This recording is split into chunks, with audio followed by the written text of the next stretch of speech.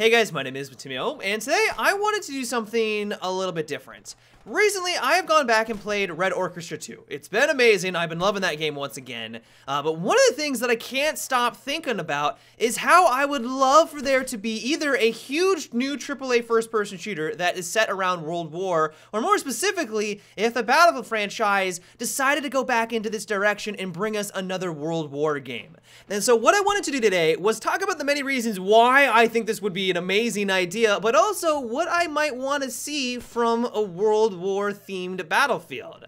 And so first of all, and I think this is pretty much without saying, is that I want to go back and play on all of the iconic or infamous battles that took place during this time period. The Battle of Normandy, the Battle of Stalingrad, but experience them on the Frostbite engine or in a huge AAA title that really pushes that graphical fidelity. We haven't gotten a World War II game that has really blown me away in the graphical department recently. I mean, I love Red Orchestra. It's a fantastic game. Sure, it has its problems here and there, but one of the things is that it's not a beautiful game. Like, if you compare this to other AAA titles out there, it really isn't all that impressive in the graphical department. You know, if DICE got their hands on a World War II game, that it would look incredible. And so not only the simple fact that we'd be able to play on all of these iconic, infamous battles, but just to see what it would look like on a modern computer or with modern graphics, that is quite tantalizing. Not only that, but I think that these battles would really lend themselves to a game mode that I have loved, but have been slightly disappointed by over the years, and that is Rush. Rush is all about pushing the front lines, and that is exactly what happened during World War. The Battle of Normandy, you were just trying to simply get onto the beach. You were trying to push up onto the beach over into the bunkers and then push past that. It's all about that offense and defense and pushing that front line.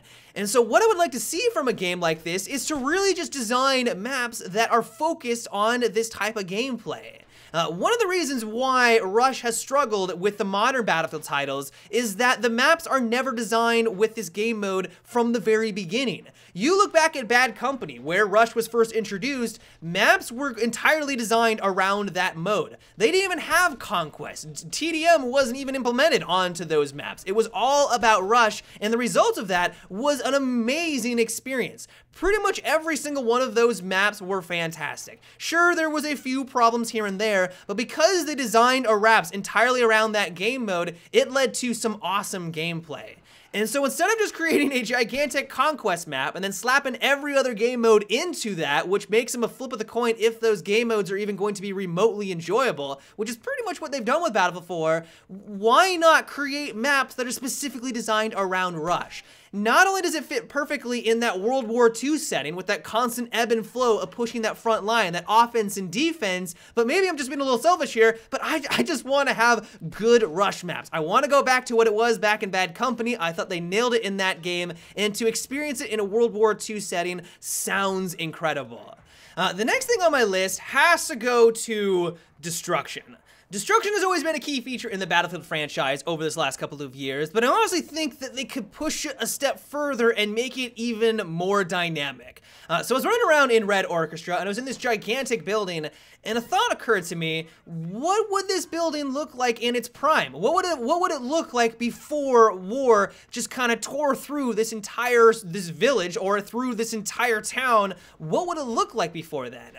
Then another thought occurred to me: how incredible would it be if you were the cause of this destruction throughout the entire progress of the map? I'm not saying that this building should be ruined and destroyed to the ground, but how cool would it be if you were the agent of blowing out all of the walls in that building so that you could see inside? Sure, you're not able to ruin the building completely. There are going to be some walls that you can't take down, but if it was this gigantic building like I'm running around right now, what if you were the agent of that destruction?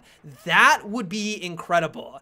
And while I realize that this makes map design infinitely more challenging, as soon as you have buildings crumbling down, as soon as you take out walls, you don't have any more cover to work on. And so if everything is ruined and there's no cover whatsoever, well, of course, that's going to detract from the gameplay. That said, though, if they are able to nail it and they are able to get in that dynamic destruction that allows you to take advantage of this destruction and the environment around you, that could lead to some high quality gameplay that I think a lot of people would appreciate.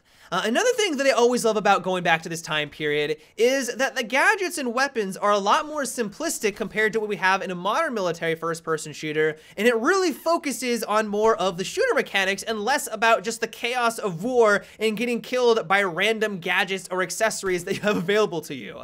If you look at Battlefield, this is a prime example, they went crazy with the amount of weapons and gadgets that can take someone out in that game. You've got the mortar, the XM25 airburst, you have the UCAV.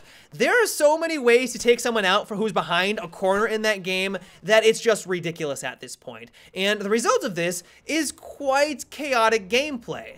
War is chaos. Like, war is always going to be chaotic, but in a video game, it's nice when it just goes down to the simple mechanics of shooting at an enemy, and whoever's the most skillful wins the firefight. And so I think that's what I really love about going back to these World War games, is that it's usually more of a focus on the weapon that you have and the skills that you have with that weapon to take out your enemy. And while I'm not trying to say that it's not the case in the modern games, like, don't get me wrong, this is more of a minor gripe, but it's just nice to go back and play with more of that simplistic loadouts. This is also a critique of why it may never actually happen, because many gamers have come to expect this crazy amount of customization. I mean, you look at Battlefield 4, there's over 100 weapons. There are just an absurd amount of ways to customize those weapons with your grips, the barrels, the different scopes. You can't really get that type of customization with World War. There just wasn't the technology back then.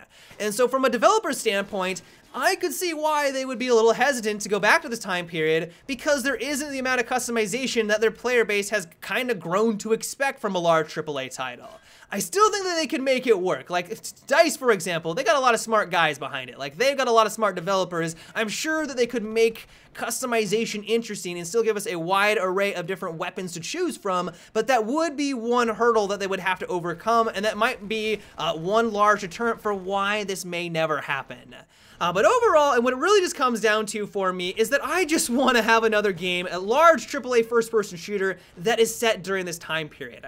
I love the history, the stories that came out of it, you know, the heroes, the tragedy. I'm not trying to glorify war. Like, war is terrible, and I realize that war is terrible, but I just love this time period, and to experience it in the Frostbite engine, or if another developer, a large AAA developer, went on in and created a World War II first-person shooter, it would be pretty much a guaranteed buy for me. And so I'd like to know what you guys think about this. Do you agree with me on the points that I brought up in today's video? Would you like to see something different in a World War II game? Would you rather them never go back, especially if it's a Battlefield title, to that time period? Would you rather them stay in the modern military setting? Or would you like them to go futuristic? Let me know down below. But yeah, guys, that is about it for today's video. I hope you enjoyed, and so until tomorrow, have a good one, and take it easy.